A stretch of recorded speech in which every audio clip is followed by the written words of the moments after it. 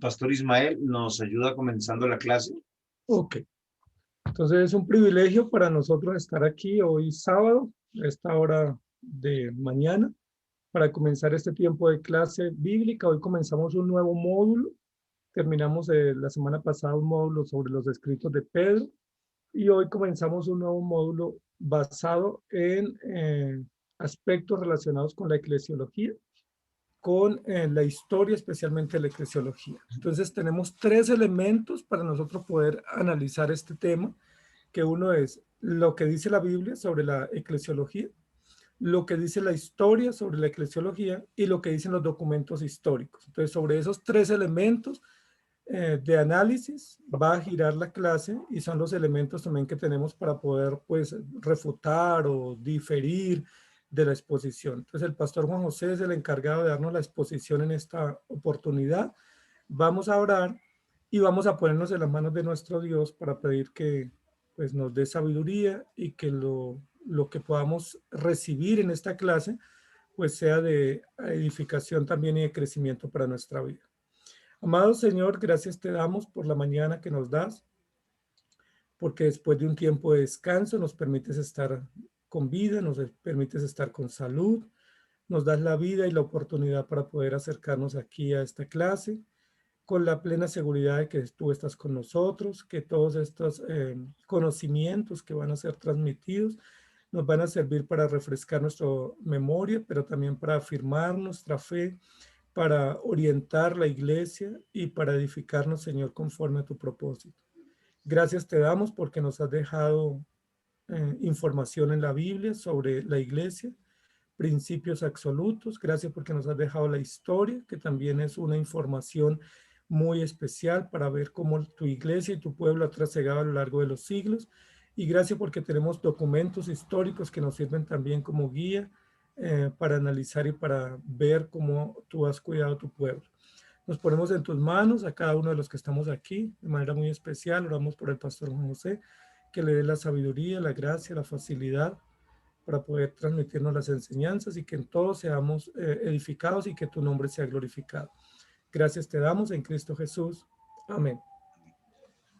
Muy buenos días, mis hermanos, nuevamente. La idea del curso es poder navegar un poco en la historia, parte de la tarea que nosotros vamos a tener, y cada uno de los estudiantes ya ha recibido el libro que va a ser parte de este módulo. Han recibido juntamente con este libro todos los estudiantes también un pensum. ¿Para qué? Para trabajar. La parte de la historia es muy fácil en un sentido, porque uno revisa desde la perspectiva del historiador o del narrador. Y como ustedes se han dado cuenta, pues el autor es un autor presbiteriano y es un libro bastante interesante. Él va a tomar esbozos de la historia y nos va a decir cómo surgió el presbiterianismo, cuál ha sido su razón y cuáles son las implicaciones para con nuestra vida. Durante estas semanas de estudio, fácilmente nosotros podemos llegar no solamente a los tiempos de la Reforma a través de lo que nosotros conocemos de Lutero, Calvino, Zwinglio, John Knox, y poder tratar de considerar lo bíblico que es nuestra iglesia o lo bíblico que son las iglesias hoy en día. Y para mí me parece un reto muy bonito. Hablaba con el pastor Ismael que la parte de la historia para contarla es algo extraordinario, pero ese es el trabajo de ustedes. Hoy yo quiero, a partir de esta primera clase, considerar algunos aspectos sobre la iglesia. Y para esto creo que lo fundamental que tenemos que hacer es irnos a la escritura. ¿Por qué razón? Porque el concepto de iglesia es el que tiene que estar claro en nuestro corazón, en nuestra mente. Posiblemente muchos ya hemos estudiado y hemos visto ya estas clases y vamos a retomar y afirmar nuestros conceptos. Sin embargo, hay algunos otros hermanos que tendrán que reevaluar si realmente el concepto de iglesia es el correcto. Ahora, queridos hermanos, una cosa es el concepto del presbiterianismo y otra cosa es el presbiterianismo como denominación. Me quiero hacer explicar. Una cosa es hablar de los hijos de Dios y otra cosa es hablar de Juan José Dávila, de Ismael Quintero, de Cristian Morales, de Wilson Ortiz, etcétera y etcétera. Porque todos tenemos nuestras particularidades, ¿sí? Como ciudadanos de un país, como miembros de un hogar y de una familia. Todo esto porque les digo, para que nosotros hagamos un pequeño ejercicio, ¿sí? No hay una denominación perfecta, no hay una rama del protestantismo que nosotros pudiéramos decir que es infalible, porque si no estaríamos cayendo en lo que hace algunos siglos atrás se posicionó una de estas ramas diciendo que ellos son los dueños de la salvación y sin ellos no hay absolutamente nada. Entonces, si estoy transmitiendo bien las ideas, es hablar desde el presbiterianismo como un concepto y voy a procurar hilar este concepto a lo largo de la escritura. ¿Por qué razón? Voy a hacer un ejemplo para que nosotros podamos meditar. Nuestras iglesias tienen algún énfasis histórico, ¿sí? Alguno puede ser bautista, puede ser presbiteriano, puede ser pentecostal, puede ser carismático, puede ser metodista, anglicano. Todos estos nacen de un momento donde el Señor permitió que las personas que estaban dentro de la iglesia quieran volver a las escrituras. Posteriormente, frente a la historicidad y desarrollo de nuestra sociología, todo esto se volvió jurisprudencia. Entonces, todos y cada uno de los siervos de Dios tuvieron que ajustarse a lo que nosotros llamamos la institucionalidad. Entonces, cada quien dijo, pues yo tengo esta comprensión y a mí me gusta toda esta parte, entonces yo me identifico de tal denominación y prosigo. Y está bien, porque realmente, por decir, si nos damos cuenta, Estados Unidos fue consolidado como nación a través de aquellos que llegaron de Europa, llamados puritanos, y en dos sentidos, entre presbiterianos y congregacionalistas.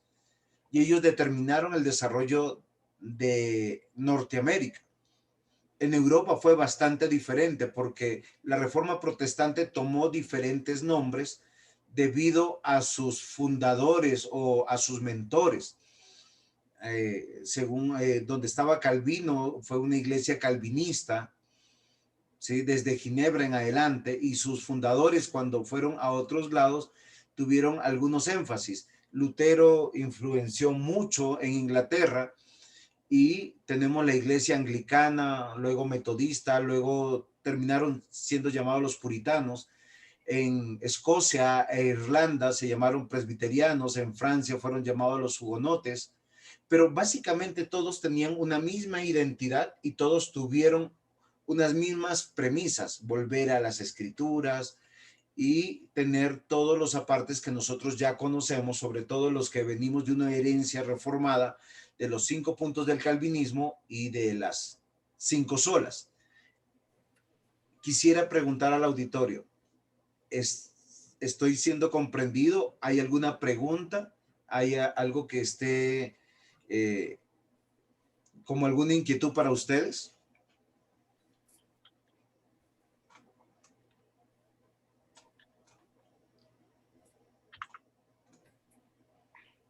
Muy claro, pastor. Muy bien, muchas gracias. Con esto yo quiero comenzar. Entonces, el libro está titulado El sentido presbiteriano de la vida, ¿sí?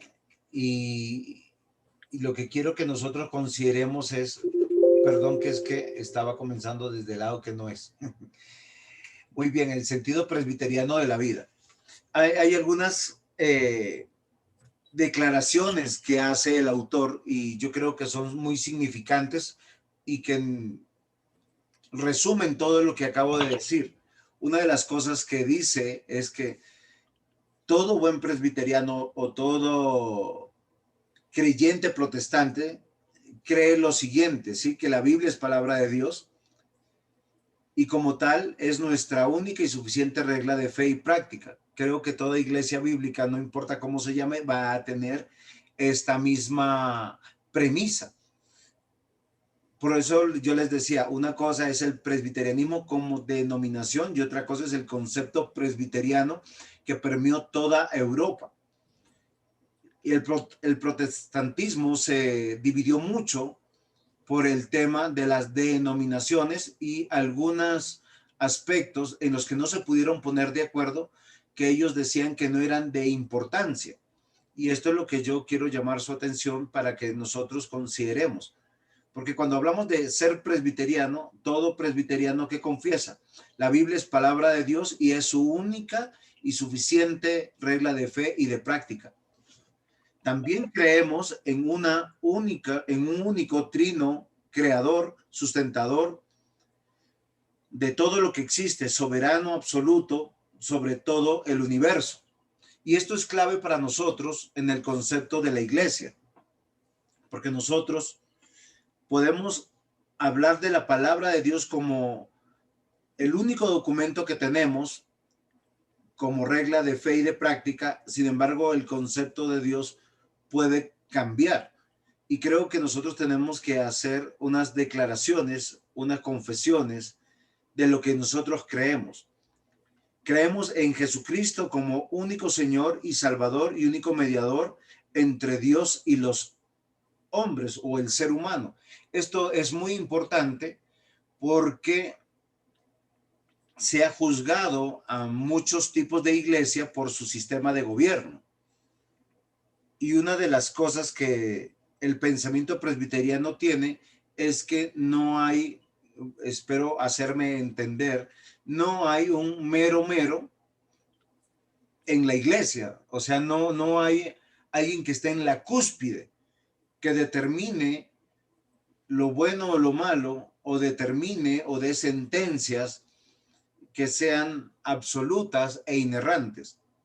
Solamente reconocemos a Jesucristo como cabeza y fundamento de la iglesia y el Señor de la iglesia, el Salvador de la iglesia y mediador entre Dios y los hombres.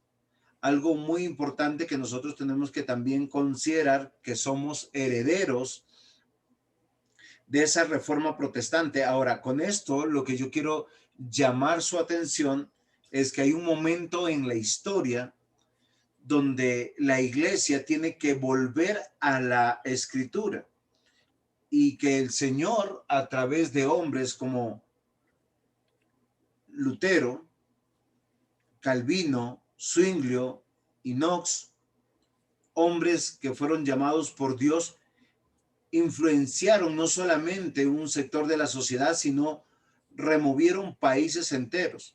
Pero todos estos nacen del seno de la iglesia del momento, ¿sí? De esa iglesia del momento. La gran mayoría se van a confesar como calvinistas y nosotros también. Y como calvinistas defendemos la elección que Dios hace a sus escogidos, la cual es incondicional, irresistible, y creemos que la salvación es por pura gracia, no por obras, y es el resultado de lo que el Señor hace. ¿Hasta aquí hay alguna pregunta? ¿Hay algún aporte? O sea, porque estas son confesiones de la iglesia claras, públicas, de toda la iglesia protestante hace unos 500 años. Entonces yo quisiera que cada uno con libertad, yo los quiero animar a algo, a poder conversar y debatir. Quiero que sea una exposición más abierta. ¿En qué sentido? En que si hay algo que no se comprende o no se entiende, nosotros podamos dar la oportunidad de compartir y poder crecer en el conocimiento de lo que estamos compartiendo en esta mañana. Entonces, si alguien difiere o quiere hacer algún aporte o tiene alguna pregunta de algo que no fue claro, es su oportunidad.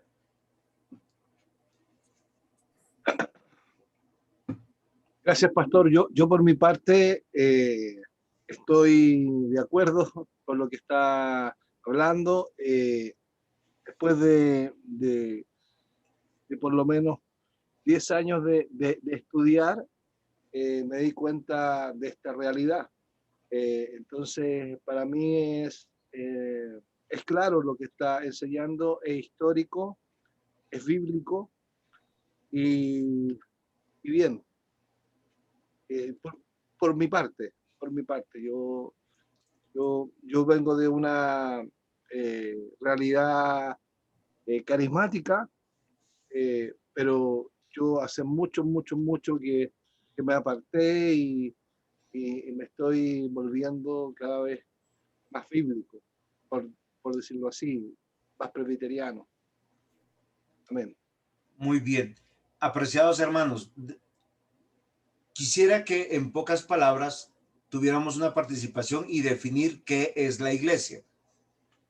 Entonces, yo quisiera que algunos de nosotros pudiéramos definir lo que es la iglesia, porque en mi siguiente pantallazo que voy a compartir un versículo, dos versículos de la palabra del Señor, donde creo que nos va a ayudar a definir el concepto de iglesia, no desde la perspectiva etimológica, y sí desde la perspectiva teológica. Entonces, estoy en sus manos, no estén tan silenciosos, por favor. La idea es participar, ¿sí? ¿Qué es la iglesia para ustedes? ¿Qué significa? Está como Katy Part. Está como Katy Part.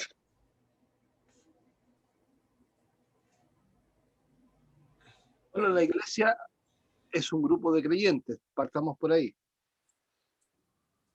Muy bien, pastor, gracias. ¿Alguien más, por favor? Que creen en Dios. Yo, pastor. Muy bien, Carolina, muy buenos días, bienvenida. Buenos días. La iglesia para mí, o yo la defino como el conjunto de creyentes, como me había comentado el pastor, pero también es un conjunto de creyentes que están de acuerdo y están unidos por el Espíritu para predicar y expandir el reino de Dios. Muy bien, gracias, Carolina. Recuerden que en el apéndice que le envié a los hermanos, que ya lo tienen, nos anima a exponer, es parte de nuestra nota. Buenos días, hermanos. Lo que comprendo de la iglesia y lo que he vivido es que, como bien decían los hermanos, son creyentes que han sido regenerados, pero también que han sido identificados por medio de un bautismo y que están en completa sumisión al Señor. Muy bien, gracias, Sergio. O sea, estamos diciendo que aquel que no ha sido bautizado no es miembro de la iglesia, básicamente. No, yo estoy enfatizando la declaración de nuestro hermano Sergio. ¿Alguien más quisiera participar? Por favor, les pido que nos ayuden. No necesariamente, ¿eh? No necesariamente. Yo no soy dueño de la verdad. Estamos debatiendo y estamos procurando, o sea, ver cuál es nuestra comprensión de la iglesia, para luego poder abrir las escrituras y mirar qué es lo que más o menos la Biblia dice de la iglesia. Presbítero Edwin. Pastor, buenos días para todos.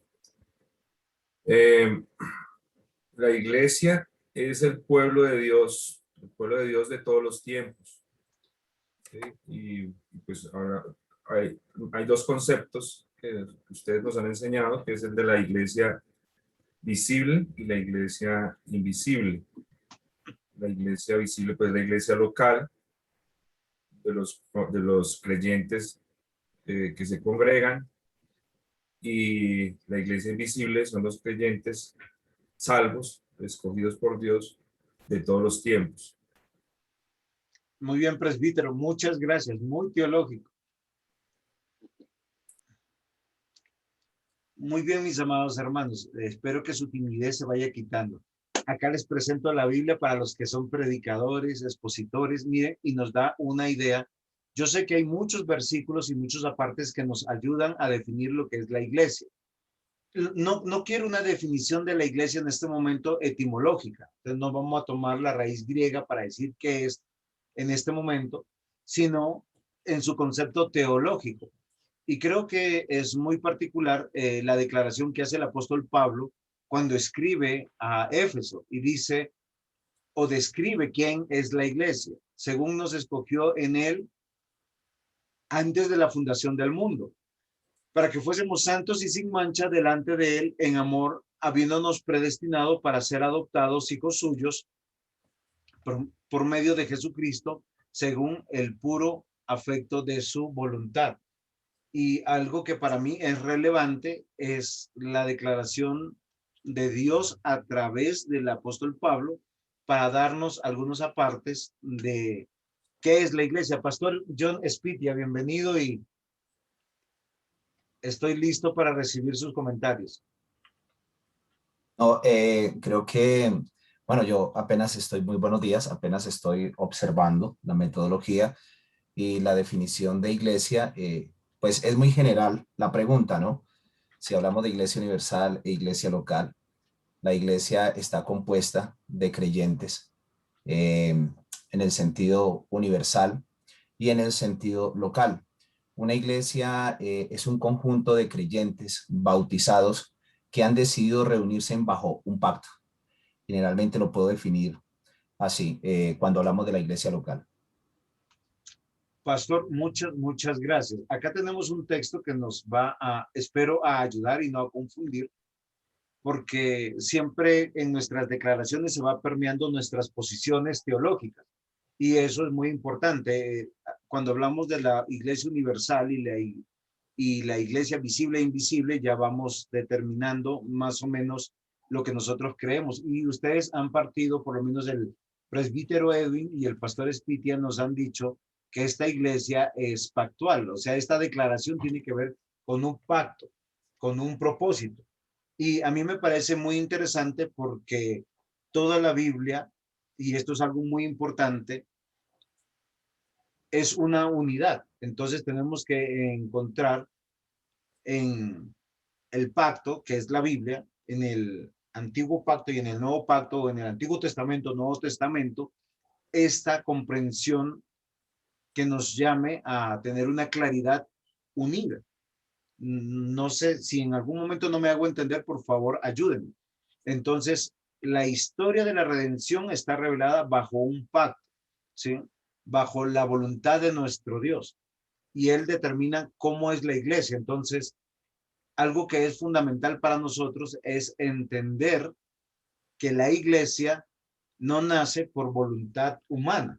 Entonces, cuando nosotros hablamos del pensamiento presbiteriano o del presbiterianismo o de la reforma en los protestantes, estamos hablando de que el presbiteriano está pensando en una iglesia que está en la mente de Dios antes de la fundación del mundo, como lo declara el apóstol Pablo, según nos escogió antes de la fundación del mundo.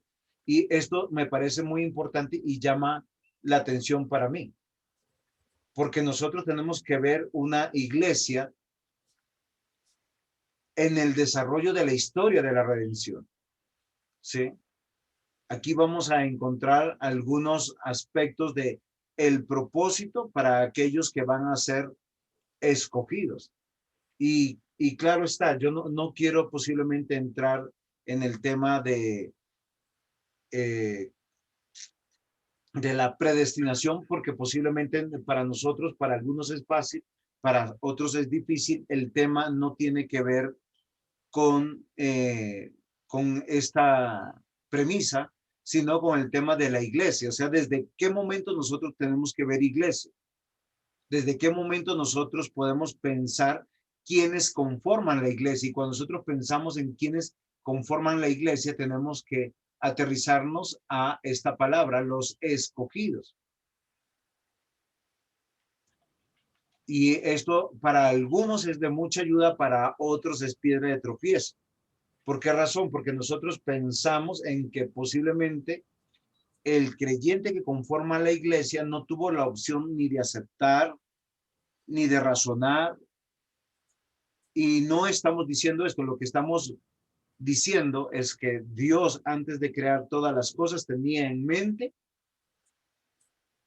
un grupo de personas que van a ser llamados escogidos, predestinados, adoptados. Y esto me llama la atención. ¿Por qué razón? Porque cuando usted tiene escogidos, es porque hay muchos y usted escoge. O sea, no son todos. Cuando usted habla de predestinados, habla de la intención de Dios frente al destino de los individuos. Y cuando nos llama de adoptados, hijos, quiere decir que dentro de todos los que se escoge, ninguno es hijo y hay una premisa legítima o legal de adopción. Pero la figura central o lo central de este pasaje tiene que ver con la persona de Cristo. O sea, sin Cristo no tenemos razón de ser. Entonces, si nos damos cuenta, queridos hermanos, ¿cuál es la voluntad de Dios? Manifestar un grupo de personas que nosotros luego llamamos iglesia, sobre todo ahora en el Nuevo Testamento. Y como les digo, en este momento no quiero abordar el tema de la etimología de la palabra, más adelante lo haremos, pero lo que nosotros vemos es que la iglesia siempre está conformada por los escogidos antes de la fundación del mundo. Esto es el plan de Dios, ¿sí? Que tiene que ver con su destino, ¿sí? Para ser legítimamente, o sea, tiene que haber un acto legal para ser introducidos, añadidos, pero en la obra de Cristo. Eso es la voluntad de Dios. ¿Es claro para nosotros? Porque eso nos va a ayudar mucho a que la iglesia no se conforma por nuestras obras. Sí, porque a veces nosotros decimos, la salvación no es por obras, es por fe. Pero cuando el pastor se predica el evangelio y no vemos resultados, sentimos mucha frustración y mucho dolor. Porque decimos, bueno, yo estoy predicando la verdad, esta es la verdad, estoy siendo bíblico, mi liturgia es bíblica, ¿qué estoy haciendo mal? Pero es que si Dios es el que añade a cada iglesia local, si durante toda la historia de la redención, la iglesia local siempre ha sido conformada por un remanente, pues el número de nuestras iglesias o del número de los hermanos que están dentro de la iglesia es voluntad de Dios. No habla ni de mi capacidad, ni de mi oratoria, ni de mi efectividad, sino habla del plan de Dios. Y podemos ver este panorama a lo largo de toda la historia. ¿He sido claro, apreciados hermanos? ¿Hay alguna pregunta? Sí, pastor. ¿Qué podemos decir al respecto entonces de todos los que asisten a la iglesia? Estamos hablando en el sentido de la iglesia local. O sea, ¿podemos entonces afirmar que todos los que asisten a la iglesia son escogidos en este sentido? No sé. O sea, porque vemos nosotros el caso de Simón el mago. Se bautizó, parece que hizo el proceso de un creyente, pero en realidad no lo fue. Pastor, muchas gracias. Espero poder contestar, y voy a contestar con las mismas palabras que el Señor Jesús nos hizo entender.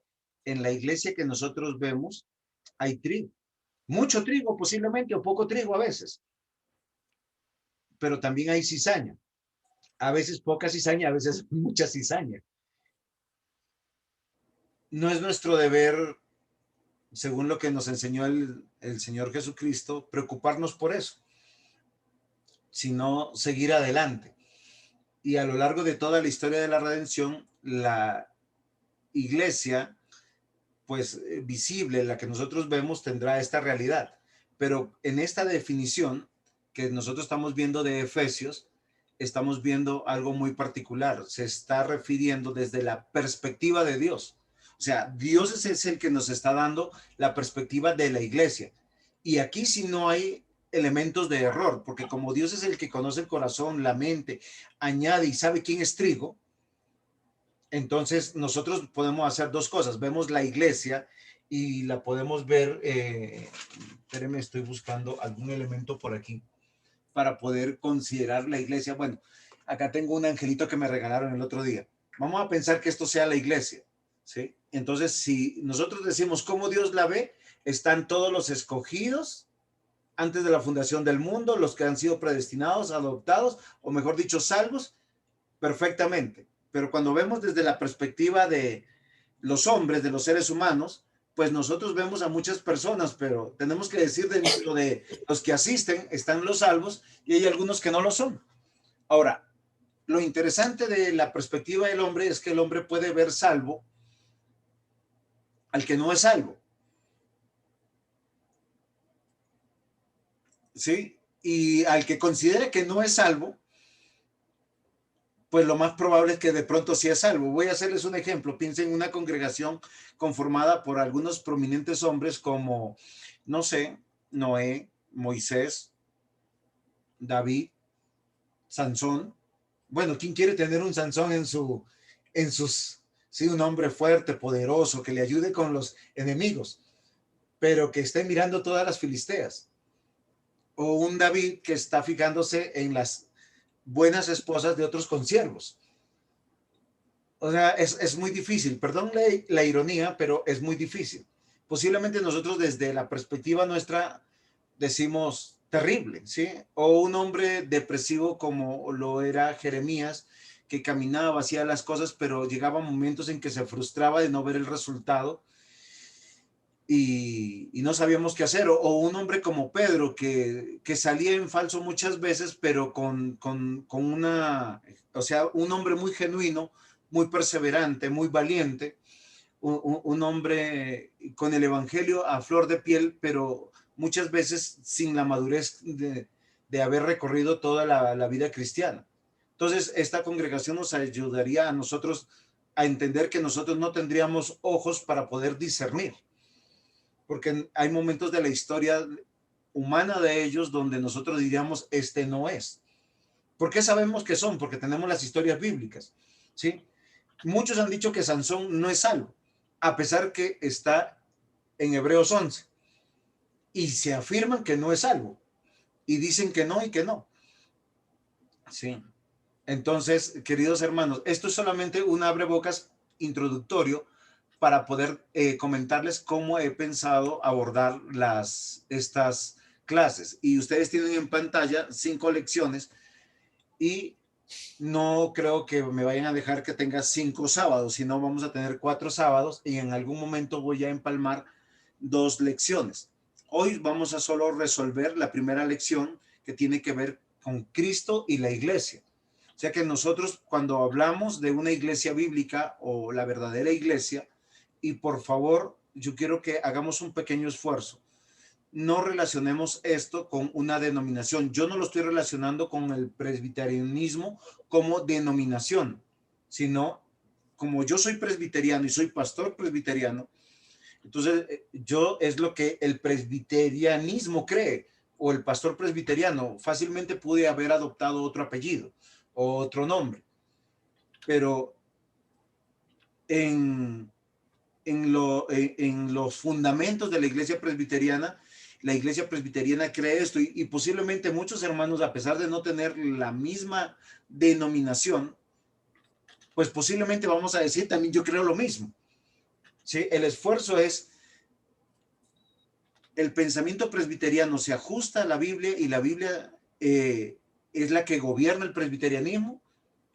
Eso es lo que yo quiero develar y por eso les envié el libro que les envié para poder estudiarlo, para poder profundizar y mirar en la historia esta verdad. Si esto es claro, entonces vamos a tener 5 lecciones, de las cuales Cristo y la iglesia bíblica, la constitución de la iglesia, distintivos de la iglesia bíblica y creencias de la iglesia, doctrina, gobierno y sacramentos. ¿Por qué esta última parte? Porque fundamentalmente los ministros o los pastores siempre fueron ordenados como ministros de la palabra y de los sacramentos. Y esto debe ser claro para nosotros. O sea, la preocupación fundamental de los pastores es la predicación de la palabra y ministrar en la iglesia. Ese es el final. Y hay una razón de ser tanto bíblica para nosotros los presbiterianos como para cualquier siervo, ministro, ¿sí? Pastor que ha sido debidamente ordenado. Entonces, algo que es fundamental para nosotros es considerar Cristo y la iglesia. Y es algo que yo quisiera que nosotros nos llamara la atención, porque Jesucristo es el que da existencia a la iglesia. ¿Eso es claro para nosotros? Porque si eso es claro para nosotros, tenemos que partir que desde el primer versículo de la Biblia tenemos que ver a Cristo y tenemos que empezar a discernir el establecimiento también de la iglesia. Recordemos la intencionalidad de Dios para todas las cosas. Y la escritura dice en Deuteronomio 29:29 que las cosas secretas son de Dios y las reveladas son para nosotros y para nuestros hijos. ¿Sí es así o no?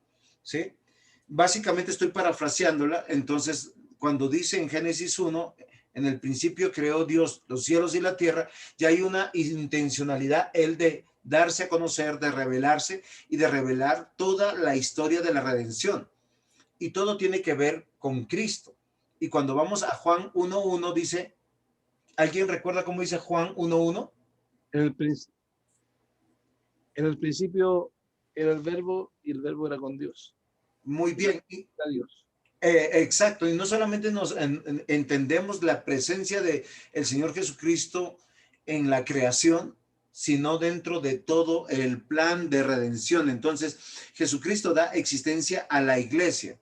Y nuevamente, no pensemos en la etimología de la palabra, sino en su significado teológico, que reúne a los escogidos, a los predestinados, a los que son adoptados. O sea, esto es muy importante, porque desde el comienzo, los que están siendo o los que están conformando la iglesia o este grupo o este remanente, este pueblo, son aquellos que tienen que ser legítimamente insertados.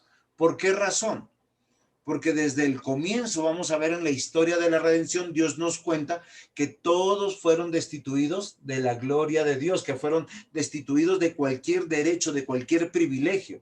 Entonces, ¿qué quiere decir? Que todos los seres humanos, a partir de la desobediencia de un hombre, yo siempre, perdón la ironía, se llama Adán, que significa humanidad, es destituido. Y Génesis 5:3 dice que todos los hombres a partir de este momento eran conforme a la imagen y semejanza de Adán. Así fueron concebidos. Lo que en el concepto teológico podemos entender es que ellos están caídos o separados, ¿sí? Son criaturas que nacen en sus delitos y pecados, como dice Efesios 2. Y que todos están más o menos con una condición, muertos, y cuando digo más o menos es para, no puedo entrar en materia, pero la Biblia dice que están muertos en sus delitos y pecados, que son enemigos de Dios y que son esclavos del pecado. Esa es la condición. Y nosotros tenemos claro que es desde Adán y Eva. Tanto así que Dios los tuvo que buscar, los tuvo que vestir y los tuvo que restaurar a la comunión. La Biblia habla de la salvación de Eva y Adán está dentro de la genealogía de nuestro Señor Jesucristo. Por eso nosotros creemos que Jesucristo da existencia a la iglesia y provee todo lo necesario para su misión en el mundo. ¿Y cuál es la misión de pronto que nosotros queremos ver? Es la gloria de nuestro Dios o manifestar la gloria de nuestro Dios. Recuerden que el propósito era que la creación de Dios, creados a imagen y semejanza, llene toda la tierra. Y encontramos que la edificación y de servir a Dios, o sea, cada creyente conoce a Dios, se conoce a sí mismo, que es un pecador, y ve la necesidad de Dios y va creciendo en la fe. Y Dios ha puesto así todas las cosas bajo su señorío o bajo el señorío de Jesucristo, y Cristo da a su iglesia su fe, su vida, su unidad, su misión. También vamos a encontrar el tema de oficiales, que a lo largo de la historia de la redención tiene diversos nombres, pero todos básicamente cumplen las mismas funciones, y vamos a encontrar también los sacramentos. Entonces, no sé si hasta aquí hay alguna pregunta o hay algo que surge. Pastor, una preguntita que me quedó atrás respecto a, no sé si de pronto estará mal planteado lo que voy a decir. Se había hablado del presbiterianismo, saliéndome un poquito de lo último que usted decía, como denominación y como movimiento. Quisiera saber en qué sentido son diferentes. Bueno, ¿qué sucede? Que las denominaciones han tomado unos visos institucionales, civiles y jurisprudenciales. Y todo esto de acuerdo a cada nación y en cada momento de la historia. Sin embargo, cuando el presbiterianismo surge bajo un movimiento de volver a las escrituras. Y realmente toma su nombre por una lucha cuando están bajo el poder de una autoridad civil. Me explico. John Knox es discípulo de Juan Calvino. Juan Calvino es un hombre que junto con Lutero fueron las columnas de la Reforma. Y ellos, ¿cuál fue su inquietud? Todos fueron sacerdotes de la iglesia del momento, ¿sí? De una iglesia católica, no romana. Yo quisiera que sacáramos el concepto de romano en ese momento. ¿Por qué razón? Porque es la iglesia cristiana. Si nosotros decimos que el movimiento de la Reforma nace ahí la iglesia, estamos perdiendo todo vínculo con la escritura, ¿sí? Con el remanente, con los salvos, ¿sí? Aunque ellos son muy importantes, ellos dos van a permear a muchos hombres, como les puse al comienzo de la exposición, y estos hombres de Dios van a volver a sus lugares de origen y van a influenciar y llamar, o mejor, van a predicar el evangelio, y hay una premisa: volver a las escrituras. Particularmente cuando John nos vuelve a Escocia, pues va a tener una seria oposición. ¿Por qué? Porque la iglesia católica, ¿sí? La iglesia que estaba en el momento, se había apartado terriblemente de las escrituras, tanto que sus propios siervos, la gran mayoría, eran ignorantes de la escritura. Ellos hacían una liturgia o un culto en un idioma que no era propio de cada nación. No solamente eso, había una jerarquía, ¿sí? Obispal, donde hay un arzobispo o papa, ¿sí? Hay obispos y hay sacerdotes. La historia nos va a contar que a partir del siglo II después de Cristo, todo esto va a ir con pequeños visos acrecentándose, donde se va desprendiéndose de la autoridad de Jesucristo y se le va dando más autoridad al hombre, de acuerdo a su influencia, a su poder económico, a su poder de sus dones y de sus capacidades de oratoria y de sus relaciones políticas. ¿Sí? En el siglo IV hay una especie de matrimonio entre el poder político y el poder económico religioso, donde se va desviando la iglesia y se van permeando muchas herejías a lo largo de la historia de la iglesia posapostólica, ¿sí? Entonces, cuando ya nos encontramos en Europa en el siglo XVI, cada uno de estos hombres que dijeron y fueron influenciados por Calvino y llamados por Dios para este servicio, pues volvieron y dijeron: volvamos a las escrituras, pero ninguno dijo: vamos a llamarnos de tal manera o vamos a tener un apellido. Todos tenían un mismo pensamiento, ¿sí? ¿Cuál fue la gran división que hubo en Europa en el pensamiento de todos los reformadores? en que unos eran congregacionalistas y otros no, ¿sí? Para decirlo de esa manera. Sucedió en Inglaterra, sucedió en Alemania, sucedió en Escocia, en Irlanda. Finalmente, en 1680, ¿sí? Escocia reconoce la fe protestante como su única manifestación de fe, ¿sí? Y abandonan en la confesión escocesa y adoptan la confesión de fe de Westminster como su única confesión. Y es ahí donde por primera vez se llaman presbiterianos, pero el pensamiento presbiteriano es el pensamiento reformado, pensamiento bíblico, ¿sí? Entonces, eso es una cosa. Y otra cosa muy diferente es la denominación presbiteriana. Y de hecho nosotros tenemos grandes denominaciones presbiterianas que hoy en día están más perdidos que los perdidos en el infierno, ¿sí? Entonces, eso yo quiero que quede claro. Por eso, aunque nosotros somos presbiterianos, no queremos hablar de la Santa Iglesia Presbiteriana que salva, no, porque terminaríamos como esa iglesia que se perdió en el siglo XVI y que con el concilio de... Ay, se me fue de la mente. Pastor Imael, ayúdeme. 1645 es el... Concilio de Trento. El concilio de Trento. Muchas gracias, pastor. Sí, estoy pensando tantas cosas que se me bloquea el casillero. El concilio de Trento, con el concilio de Trento realmente hay la separación entre los reformadores y una iglesia monovispal, jerárquica, que realmente la iglesia se estaba desviando. Y aquí es uno de esos grandes cismas. Ya había habido un cisma anteriormente entre la iglesia ortodoxa griega y la iglesia de Europa. Ahora hay un gran cisma también en el tema, pero eso es parte de la historia y no es parte de nuestro estudio.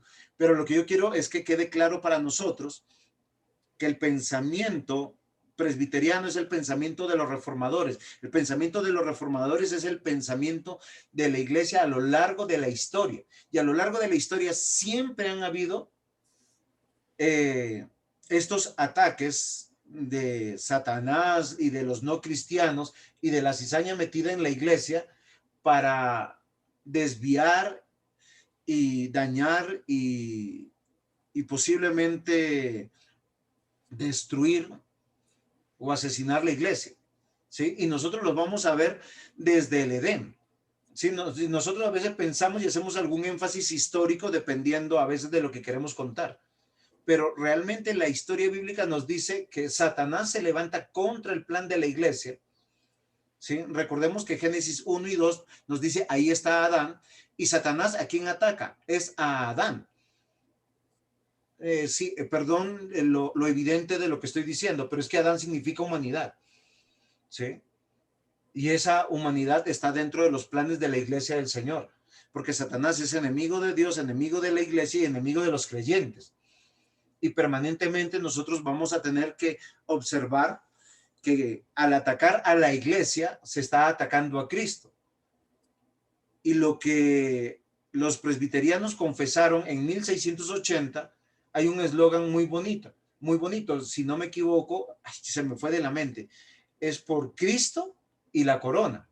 Pero eso hace una remembranza al pacto de Dios, a la unidad de la escritura, y que realmente, pase lo que pase, no hay un mero en la iglesia, o sea, no hay un pastor con tanta influencia que pudiéramos llamar que sea un papa, un superobispo o un hiper mega pastor o un manda a callar, sino en la mesa de los escoceses, todo pastor era un siervo de Dios. Y esto me parece interesante, porque en 1680 por primera vez ellos se pudieron congregar con libertad. Mientras tanto, ellos fueron perseguidos no por una pandemia, sino por un rey que si los encontraban reunidos, los mataba, ¿sí? Y no los mataba por falta de oxígeno, porque se agraven sus pulmones o sus corazones, sino simplemente eran empalados, eran quemados, eran asesinados. Entonces nosotros tenemos que considerar esto. y perdieron todo su bienestar. Ellos se reunían en casas, se reunían en cuevas, se reunían en las montañas. Y claro, para nosotros, cuando pensamos en todo eso, posiblemente pensamos en nuestra Colombia. Escocia es bastante diferente, su clima es bastante hostil en muchos lugares, demasiado hostil. Sin embargo, la iglesia escocesa por varios años pudo pelear y finalmente tener el éxito de esto. Voy a compartir con ustedes un versículo bíblico que está en Colosenses 1:16 para poder comprender un poquito el concepto universal de la iglesia, ese concepto también de los planes de Dios con la iglesia. Dice, porque en él fueron creadas todas las cosas, las que hay en los cielos y las que hay en la tierra, visibles e invisibles, sean tronos, sean dominios, sean principados, sean potestades, todo fue creado por medio de él y para él. Entonces, miren, no solamente tenemos que ver a Cristo desde Génesis 1:1 hasta Apocalipsis 22, se me olvidó el último versículo, con el último versículo de Apocalipsis 22, sino que tenemos que ver que el propósito de todo tiene que ver con la revelación o el dar a conocer a Dios. Y Dios se da a conocer en la persona de Cristo, que Él es la cabeza de la iglesia. Al ser la cabeza de la iglesia, nosotros tenemos que considerar que la historia de la iglesia nace desde el primer salvo añadido en lo que nosotros conocemos la iglesia. En su momento es visible y luego será invisible, porque están todos los salvos o los que no ven, los que no vemos. Entonces, esto me parece extraordinario porque es como nosotros tenemos que partir para no tener ninguna confusión. Entonces, la iglesia ha sido establecida para la proclamación del evangelio, para la salvación de los pecadores, el amparo, la educación y la confraternidad espiritual de las criaturas de Dios. Y es una historia que se repite a lo largo de toda la historia de redención. No importa en qué parte de la Biblia se pare, usted va a encontrar esta realidad. Usted se para en Génesis capítulo 6 y Noé halló gracia a los ojos de Dios. ¡Wow! Sí. Para mí es impactante porque una de las declaraciones es que en ese momento histórico dice que toda la humanidad de continuo todo hacía el mal. Sin embargo, vemos llamar un hogar, llamado una familia, llamados los salvos para la reunión o la salvación de pecadores, el amparo de la educación con ellos, su confraternidad y con un encargo. Y cada uno de los hogares o de los hombres que están dentro de la historia de la redención están manifestando que son de Dios, pero que siempre hay unos antagonistas que son los enemigos. De acuerdo a Génesis 3:15, desde esta promesa vemos que hay una enemistad entre la simiente de los que vienen siendo los escogidos hasta nuestros días, ¿sí? Y será permanente. Muy bien. Entonces, queridos hermanos, en esta primera lección queremos tratar por lo menos rápidamente 3 cositas. Ya hemos avanzado bastante con el origen de la iglesia, Jesucristo cabeza y fundamento y el concepto universal de la iglesia. Es así que rápidamente tenemos que retomar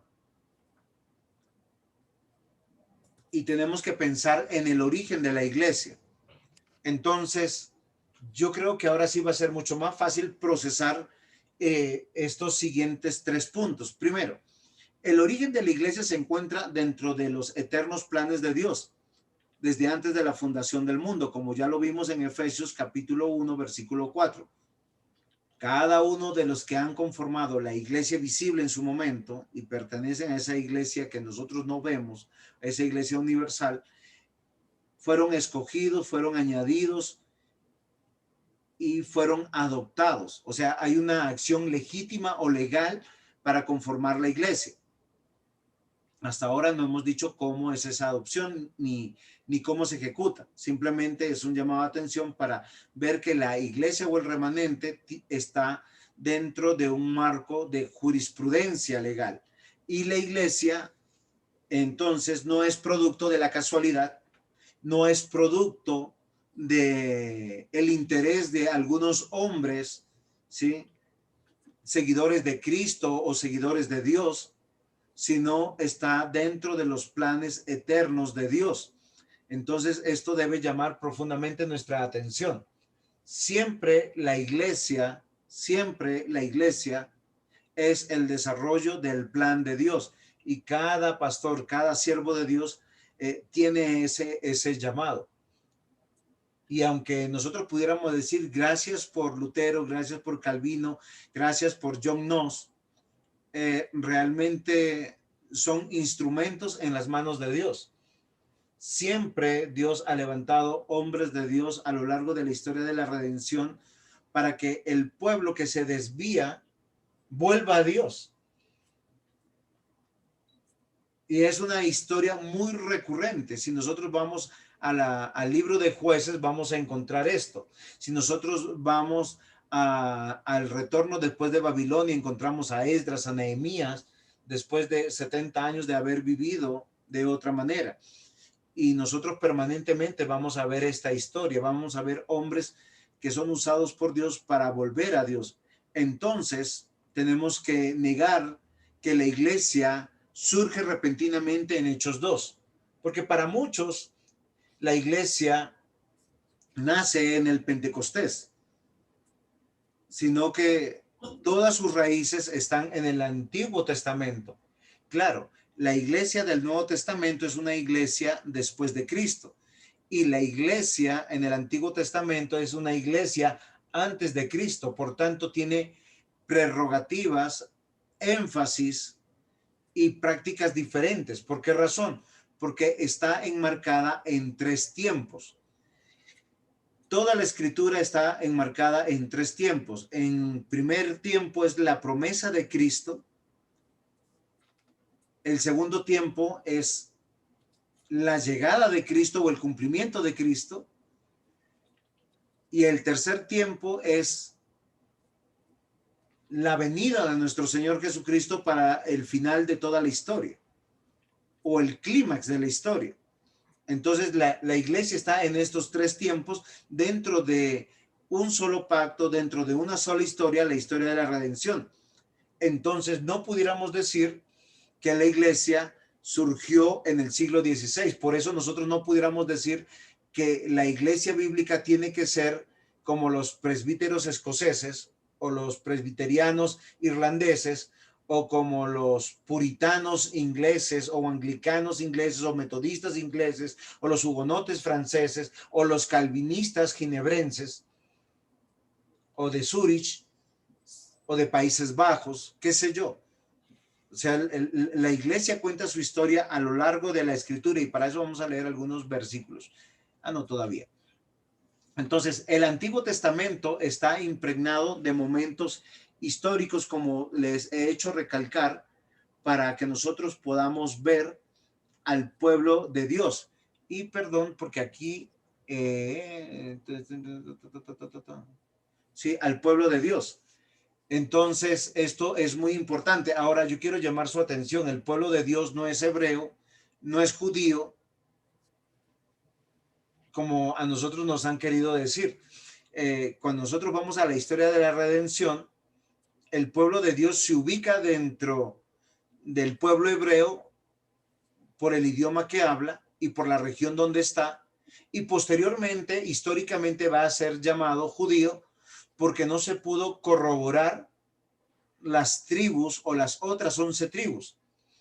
Solamente Judá y Leví pudieron verificar sus procedencias genealógicas, y finalmente, después del retorno, fueron llamados judíos. Sin embargo, cuando nosotros vamos a la escritura, nos damos cuenta que Noé no era hebreo, y mucho menos judío. Abraham tampoco, aunque es conocido como el padre de la fe judía, no es judío. Nosotros vemos en los datos que él procedía de Ur de los Caldeos. viene de la genealogía de Dios, pero nosotros encontramos este llamado de atención. Entonces, queridos hermanos, todos los profetas, todos los que han sido parte del fundamento de la iglesia están uniendo en Cristo la escritura. Profetas Antiguo Testamento, apóstoles del Nuevo Testamento. Y todos ellos fueron inspirados para escribir el canon y darle la historia que nosotros hoy estamos revisando de la iglesia y la historia de la redención. Sin embargo, no fueron inspirados para vivir sus vidas. Esto es fundamental. Ambos, en cada tiempo, o como ustedes lo quieran llamar, ¿sí? Antiguo y Nuevo Testamento, Antiguo y Nuevo Pacto, pusieron ese fundamento a través de la palabra que escribieron, que es el fundamento profético y apostólico, unidos en la revelación de Jesucristo, Jesucristo como esa piedra angular. Pero ninguno de ellos fueron inspirados para sus vidas. Por eso nosotros vemos la vida de ellos con la realidad del pecado. Y el pueblo de Dios siempre se ha conformado por hogares, ¿sí? Esto es muy interesante, porque cuando usted habla de un hogar, habla de un grupo de personas que realmente no tienen una misma estructura. Voy a hacerles un ejemplo. El hogar de Marta, María y Lázaro. Ese es un hogar y era donde el Señor Jesucristo se casó. El hogar de Pedro con la esposa, con la suegra, ese es un hogar diferente. El hogar de Lidia es totalmente diferente. El hogar del carcelero con su esposa, con sus hijos.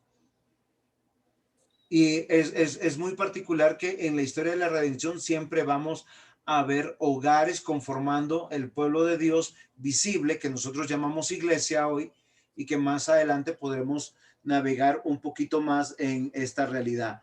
Entonces, queridos hermanos, Jesucristo es cabeza y fundamento de la iglesia. ¿Qué quiere decir esto? Que todo poder en el cielo, en la tierra, es dado a Jesucristo por Dios Todopoderoso, y Dios ha puesto todas las cosas bajo el señorío de Jesucristo y ha hecho a Cristo la cabeza de la iglesia, que es su cuerpo. Y esto es lo que nosotros tenemos que comprender. Por eso entre nosotros no tenemos una jerarquía eclesiológica, y sí tenemos hermanos y hermanas que cumplen funciones, llamados diferentes, los cuales son capacitados por Dios mismo. Entonces, Cristo da existencia a la iglesia, y eso es algo muy importante que nosotros quisiéramos entender y comprender, ¿sí? Cristo da existencia a la iglesia y provee todo lo necesario para la edificación de ella. Entonces, Primera de Corintios 11:3 nos dice: pero quiero que sepáis que Cristo es la cabeza de todo varón, y el varón de la cabeza de la mujer, y Dios la cabeza de Cristo. Entendamos este versículo no como la manifestación de un orden jerárquico, sino tenemos que entender estos versículos como el propósito y la voluntad de Dios de darle orden a todas las cosas y sujeción voluntaria. Efesios 1:22, y todo sometió bajo sus pies, y a él lo dio por cabeza sobre todas las cosas a la iglesia. Y esto es muy importante, y fue muy importante sobre todo en el siglo XVI, porque estaban peleando contra el orden jerárquico que había tomado la iglesia.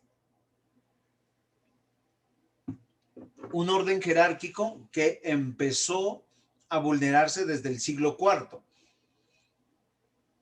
donde cada uno de los ministros empezaron a tomar poder por la cantidad de congregantes, por su posición política, por su posición dentro de los mismos clérigos. Y también hubo en la historia un proceso que nosotros posiblemente no conocemos, de que empezaron a dejar el nombre de pastor para usar el nombre de obispo y posiblemente después de padre y de arzobispo o después de sumo pontífice. Entonces, realmente entre el siglo VII al XI, habían muchos pastores que tenían grandes poderes por las influencias en la sociedad. Y la historia ha develado que la iglesia se fue permeando de esta manera. No había un solo papa, habían muchos papas, dependiendo de cada ciudad y de cada influencia que tenía. Posteriormente, ya cuando nos encontramos en el siglo XVI, ya el poder se había radicado en Roma y se hablaba de un sumo pontífice, pero era como el superpastor, es como aquellos pastores que anhelan una super mega hiper congregación, perdón la ironía, pero ¿por qué lo hacen? Para tener un poder político, un poder económico y un poder religioso. No lo hacen por la gloria del Señor. Todo lo contrario, somos nosotros llamados a algo totalmente diferente por las Escrituras. Romanos 9:33 dice, porque está escrito, he aquí pongo en Sión piedra de tropiezo y roca de caída. Y el que creyere en él no será avergonzado, para hablar de Cristo. Recuerden que uno de los cismas para el pueblo judío fue la persona de Cristo. ¿Por qué razón? Porque confrontó los poderes políticos, económicos y religiosos, confrontando saduceos, fariseos, que era la facción que dirigía el pueblo de Dios, aquellos que tenían sus propios ejércitos y sus propias economías. 1 Pedro 2:4, acercándonos a él, piedra viva desechada ciertamente por los hombres, mas para Dios escogida y preciosa. Y finalmente, 1 Corintios 3:11, porque nadie puede poner otro fundamento que el que está puesto, el cual es Jesucristo. Muy bien, hermanos, ¿tienen alguna pregunta hasta aquí? ¿O paso a mi siguiente diapositiva? He hablado de dos cosas, ¿sí? El origen de la iglesia es en la mente, en el propósito eterno de Dios, y hemos hablado de su fundamento, y el fundamento tiene que ver con revelar a Cristo. Tanto Antiguo y Nuevo Testamento mantienen la misma idea.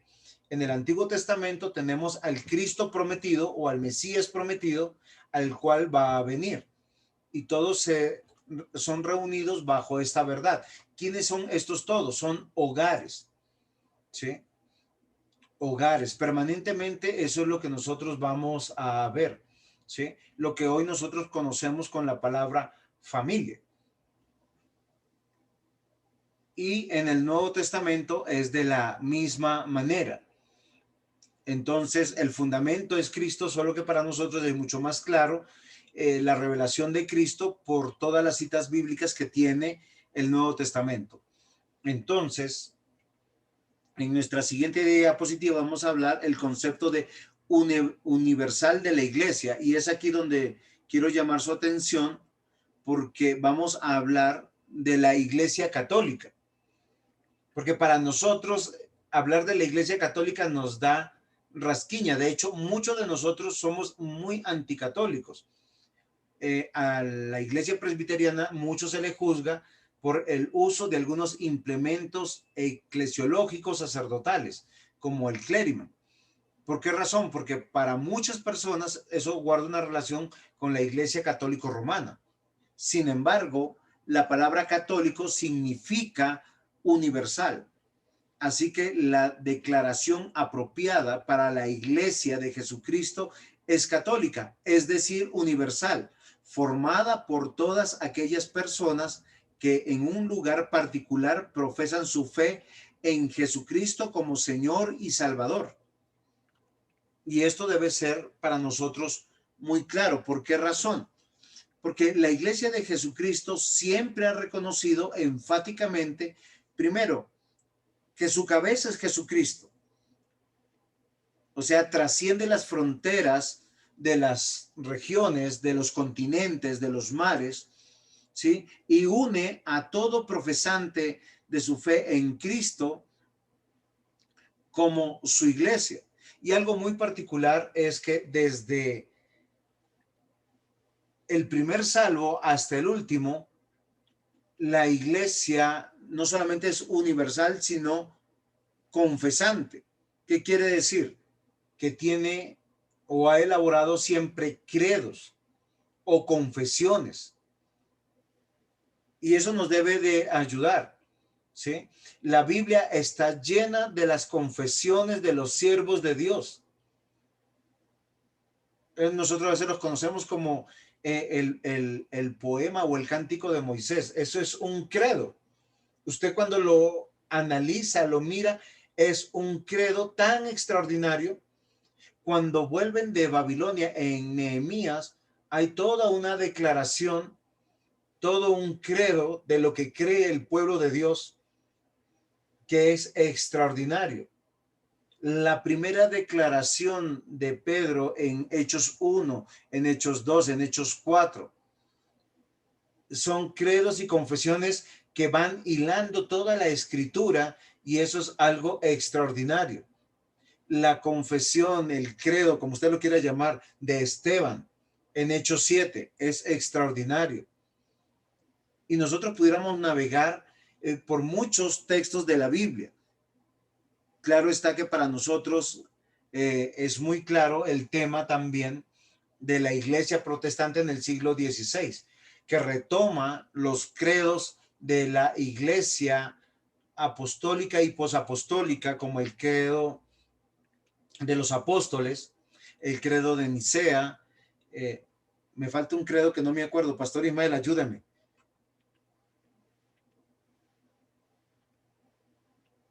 Atanasio. Gracias, pastor. Y posteriormente, que son los credos como universales o ecuménicos que se llaman, y posteriormente las confesiones de fe que nacen cuando se estructura mucho el tema de la teología en la Reforma, que tenemos el credo escocés, la confesión escocesa, la confesión de fe de Westminster, la confesión belga, ¿sí?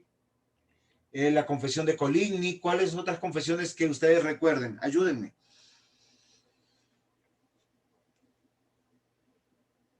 ¿No se acuerdan de más confesiones? Muy bien. La iglesia de... ¿Señor? La confesión de Savoy también. Muy bien, pastor, muchas gracias. La confesión de Londres. También 1689, no se me olvida, pastor. Bueno, la olvido a veces de aposta, pero es culpa mía, no se preocupe. Sí, eso piensa en mi carnalidad, no es otra cosa, pastor. Recordando todo esto, es interesante, ¿no? Lo que usted acaba de decir, perdón que haya interrumpido lo de la iglesia profesante, que hoy casi no se da, y uno generalmente no recuerda eso. Gracias, qué pena por la intervención. No, pastor, estamos aquí para edificarnos mutuamente. La iglesia de Jesucristo es universal y consiste de todas las personas, de todas las naciones, juntamente con sus hijos e hijas que profesan fe en Jesucristo como su Señor y Salvador y se entregan a vivir en compañerismo bajo su señorío. Como toda esta compañía no puede reunirse en un solo lugar para adorar y servir, es razonable que se divida en congregaciones locales.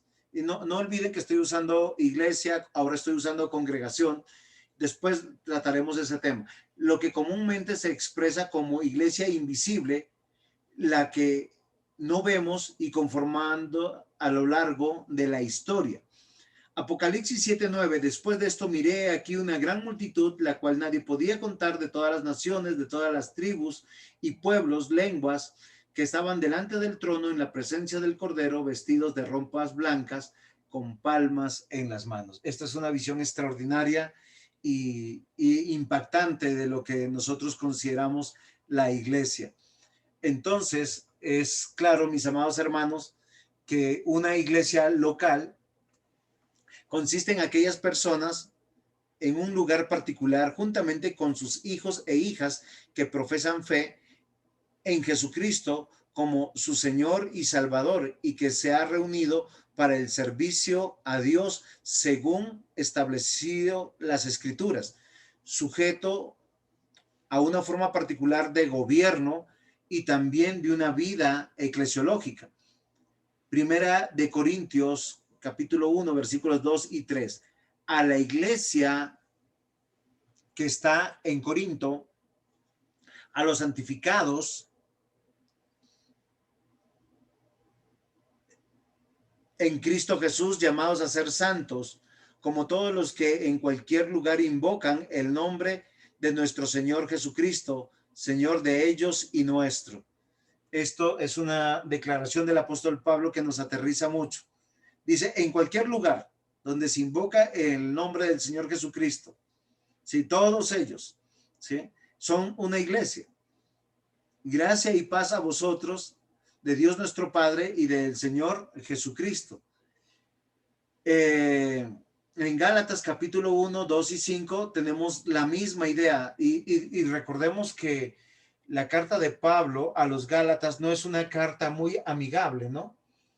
Sí, hay una parte que alguna de las traducciones traduce de la siguiente manera: queridos idiotas, ¿sí? ¿Quién os fascinó para apartarse tan pronto del evangelio? Pero es una de las traducciones que se usa. Y lo que sí reconoce el apóstol Pablo, que en la región de Galacia, de los galos, esto encontramos diversas iglesias y todas de ellas son congregaciones. No vamos a decir si son pequeñas o grandes, pero hay diversidad de personas o de hogares reunidos bajo una misma voluntad. Dice así: y todos los hermanos que están conmigo a las iglesias de Galacia, gracia y paz sea a vosotros de Dios el Padre y de nuestro Señor Jesucristo, el cual se dio a sí mismo por nuestros pecados para librarnos del presente siglo malo, conforme a la voluntad de nuestro Dios y Padre, a quien sea la gloria por los siglos de los siglos. Amén. Y esto es apenas un versículo introductorio que por lo menos a mí me fascina mucho en su actitud pastoral y cómo Pablo está buscando totalmente una apertura de puertas para ser escuchado y para volverles a estas iglesias al evangelio. Toda la carta de Gálatas es extraordinaria de esta manera. Efesios 1:1, Pablo, apóstol de Jesucristo por la voluntad de Dios, a los santos y fieles en Cristo Jesús que están en Éfeso, gracia y paz a vosotros de Dios nuestro Padre y del Señor Jesucristo. Y todo este grupo de personas que son llamados iglesias, y particularmente siempre hay un llamado de atención en estos tres casos de Pablo, a personas que estaban reunidas bajo una misma fe, bajo un mismo propósito. Pero cuando leemos Corinto, leemos Gálatas y Efesios, vemos la cantidad de situaciones, de problemáticas pecaminosas que hay, pero que están reunidas a lo largo de la historia en diferentes momentos. Entonces, el concepto de la iglesia universal tiene que ver con personas de diferentes orígenes nacionales, pero que se identifican y se reúnen en una iglesia local. Y esto me parece para nosotros extraordinario, porque es la misma historia que vemos a lo largo de toda la historia de la redención, tanto en el Antiguo y en el Nuevo Testamento.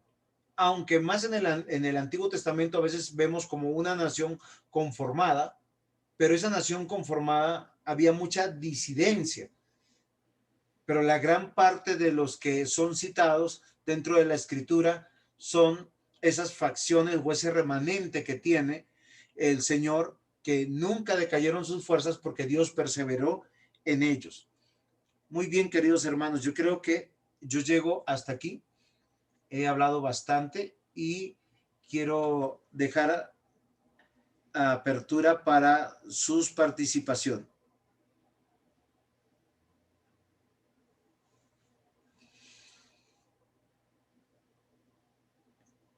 Si aceptan disensiones, recuerden que a Cerveto lo quemaron una sola vez y fue un error que posiblemente Calvino luego se arrepintió. Él no se arrepintió de haberlo juzgado, sino de haberlo quemado. Así es. De hecho, él pidió que por favor no le levantaran ningún ningún busto ni ningún reconocimiento por causa de ese pecado que él lo llevó en el corazón. Y como parte de la historia nos cuenta que solamente los seguidores de Calvino levantaron un busto, pero recordando el arrepentimiento que él tuvo sobre Serveto. Pero bueno, eso es un apunte histórico solamente. La historia es muy bonita para recordar, pero quisiera sus participaciones, cómo han visto la clase, qué hemos omitido. Pastor. Señor. A propósito de Servet y Calvino, la historia nos deja ver, y yo así lo veo, que Dios permitió que quedara registrado esto para que viésemos, por decirlo así, la falencia de sus siervos y pudiésemos concentrarnos en la soberanía de Dios. La iglesia, en toda la historia de la redención, ha sido marcada por esos hechos, por hechos que han sido inconvenientes para la iglesia, que han sido errores, pero siempre hemos visto la gracia y la soberanía de Dios en ellos. Y eso es muy hermoso al verlo en la historia de la iglesia, porque nosotros mismos cometemos errores. Obviamente no quiere decir, o no quiero hacer una apología de nuestros errores, pero sí los tenemos. Entonces, eso es importante de verlo porque muchas veces nosotros los que somos calvinistas vemos en Calvino un superhéroe y tal vez lo endiosamos, pero qué bueno que cometió errores y que todos los hombres de Dios cometieron errores, todos. Eso, pastor. Muchas gracias, pastor.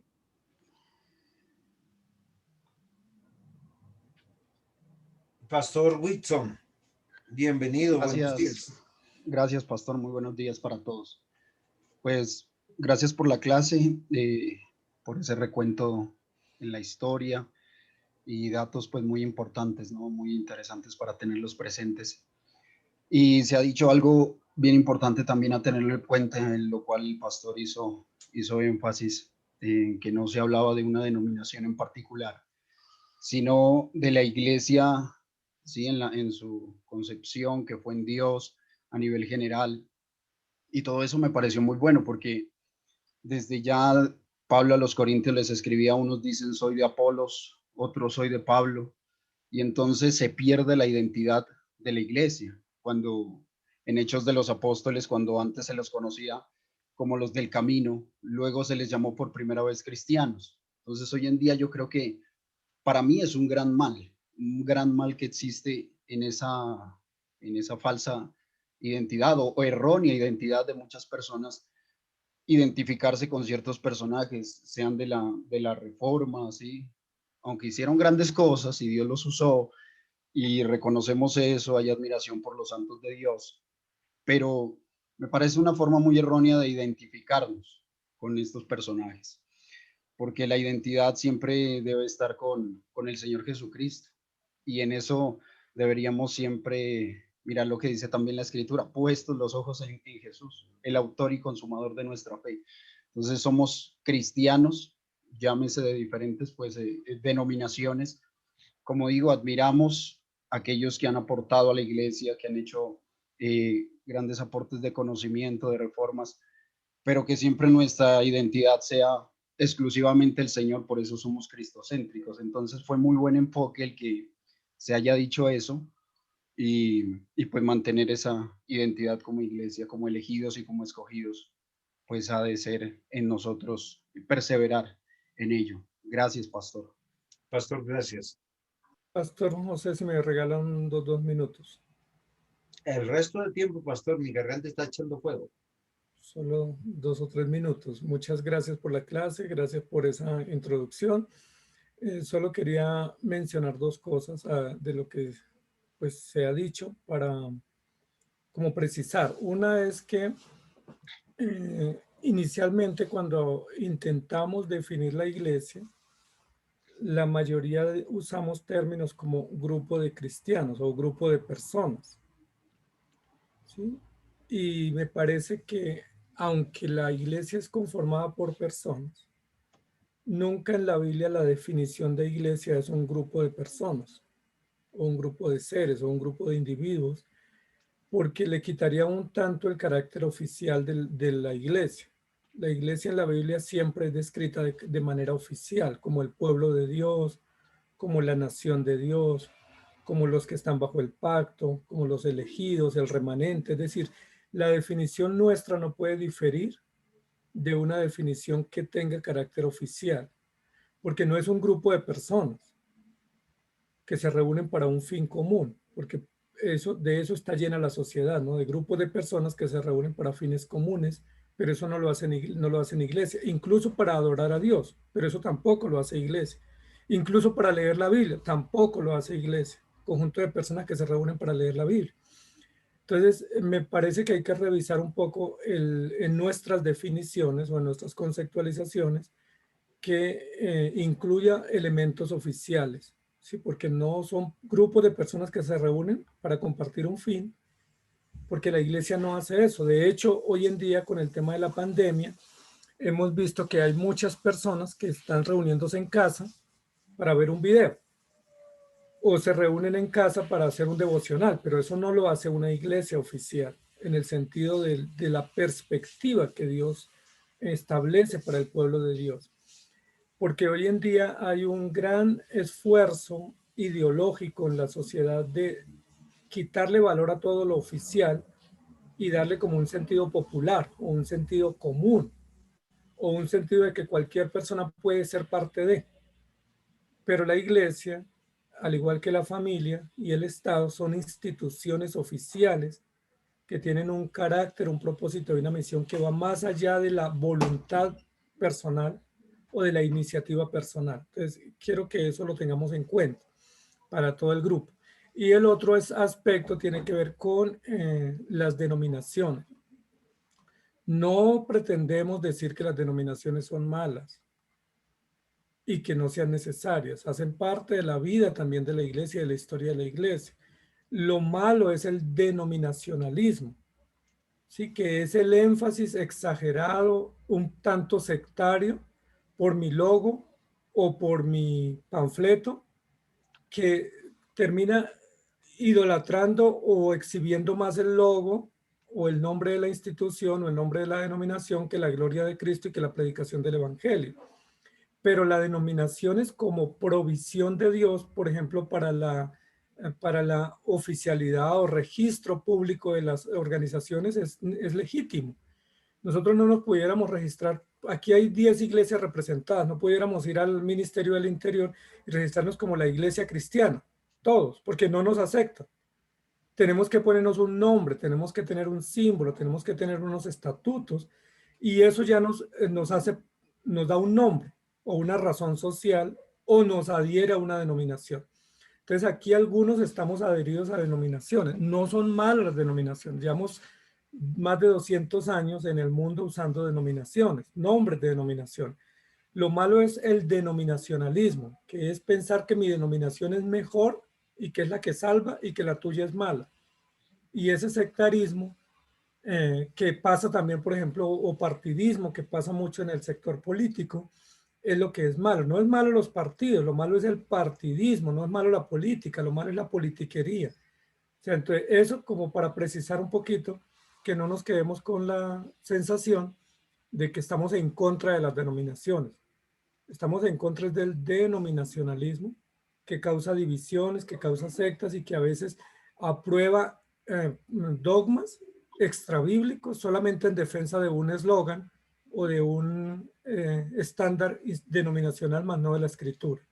Entonces, solo eso, pastor. Muchas gracias. Pastor, muchas gracias. Le quería recordar solamente que mi próxima lección es la Iglesia Bíblica y la tercera lección es la Constitución de la Iglesia Bíblica. Entonces, básicamente, por eso le decía que hay temas que vamos a tratar más adelante y vamos a hablar de la legitimidad de la iglesia, como bien nos ha dicho nuestro pastor Ismael. Gracias por ese, a ese avance.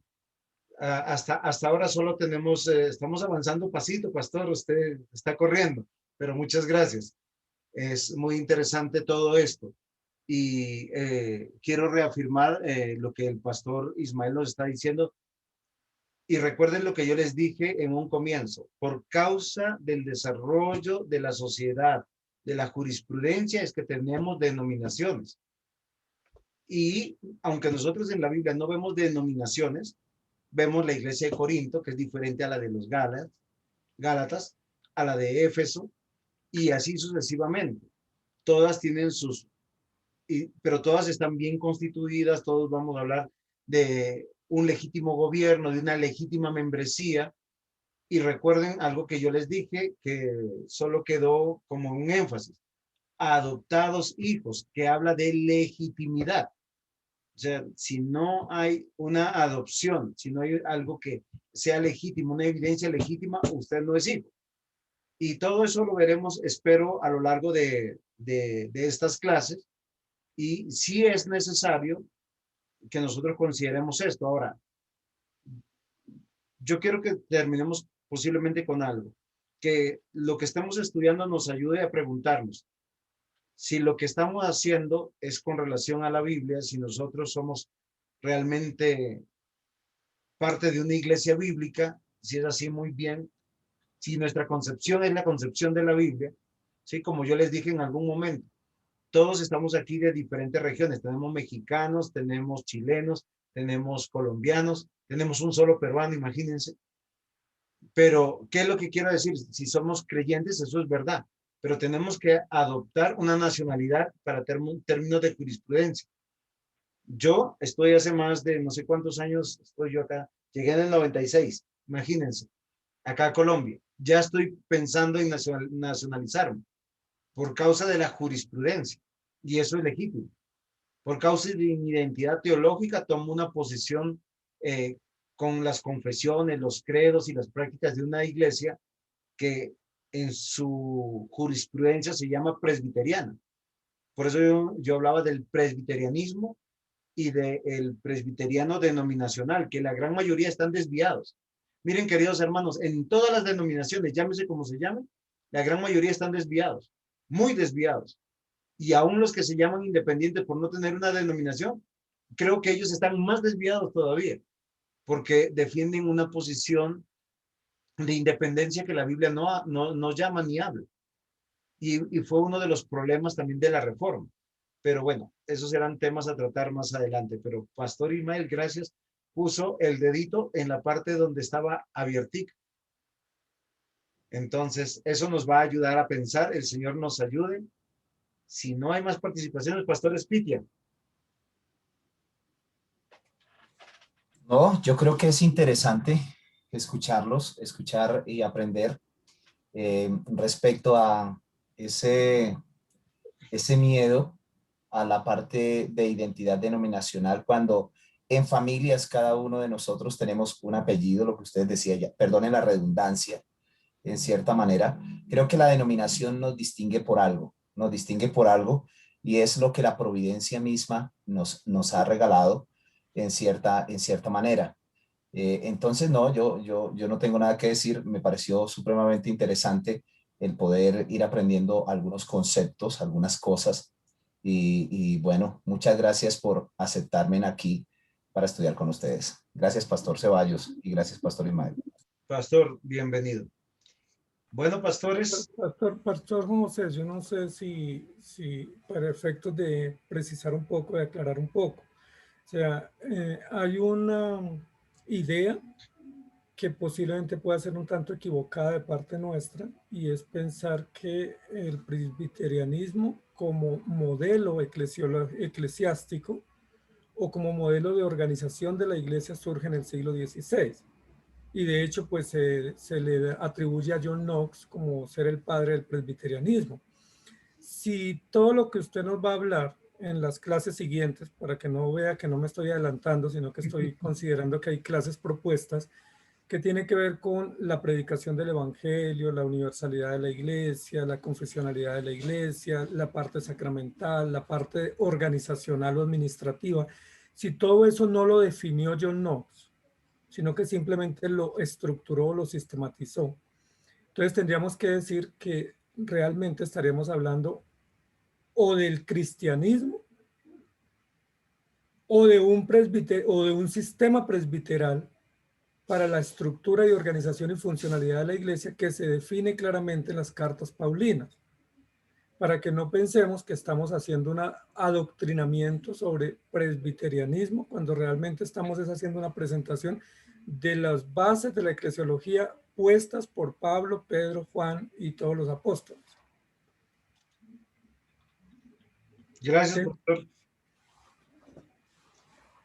Cuando acá hay un juego que se llama Tejo en Colombia, cuando se embocina y suena la mecha, es que eso es moñona. Entonces no voy a decir más nada. Si podemos orar y dar gracias al Señor, yo estaré agradecido por el tiempo compartido. Yo les quiero rogar que hagan sus tareas. Dentro de 8 días tienen un espacio cualquiera de ustedes para exponer. El libro es muy interesante, no está en un lenguaje muy antiguo, o sea, no es difícil. Es muy comprensible y nos va a hablar, como les digo, de historia y desde una perspectiva muy aterrizada de alguien que está pensando lo mismo que nosotros. El denominacionalismo es malo, pero el tener una denominación no. Y si somos bíblicos, pues somos cristianos. Y si somos cristianos, pues tenemos que corregir lo defectuoso en nuestra comprensión o en nuestra práctica. Entonces, que el Señor nos ayude. ¿Alguien que quisiera despedirnos en oración?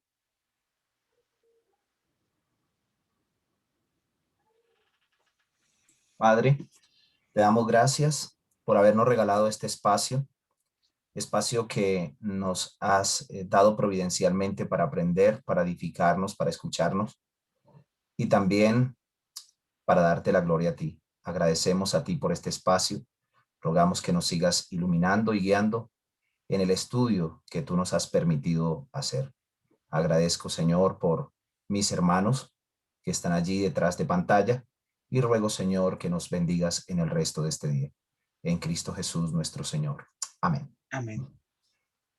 Que el Señor les bendiga. Gracias, pastor. Y Muchas chao a gracias, todos. pastores. Buen día al Señor.